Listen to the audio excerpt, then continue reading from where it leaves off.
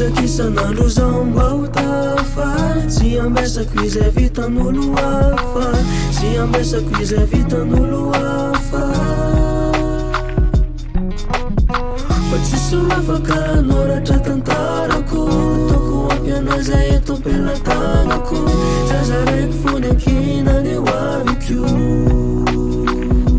mba ino va nirako tsy hoisy olo tandregny mampanaraka torohevitra olo nefa nazahaza tsy magnaraka andregny mandogna fogna zay mivoaka ny babako za fogna anao mafy amregny satria vokatry ny fokopotika voka andregny fa tsy ahoako na tsisy hitandregny na tsy hitandregny aza mbola maregny na ny maregny na aza mbola maregny zay raha koziko aminao efa tapitra ndonao le teny regninao zana de tsy miteny action ono mafy ny teny zagny mahatonga irako mitouché anao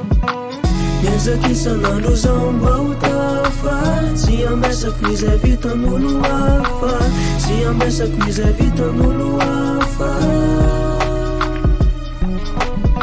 fa tsisy olo afaka hanoratra tantarako ataoko ampiana zay eto am-pelatanako zaza raiky fony ankinany eo aviko mbola magnano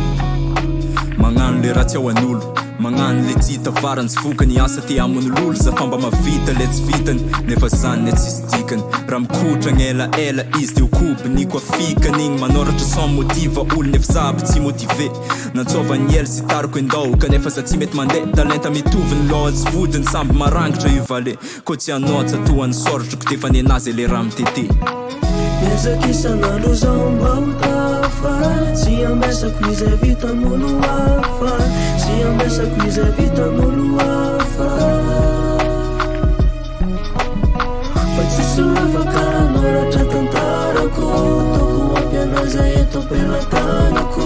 zaza raiky fony ankinany eo aviko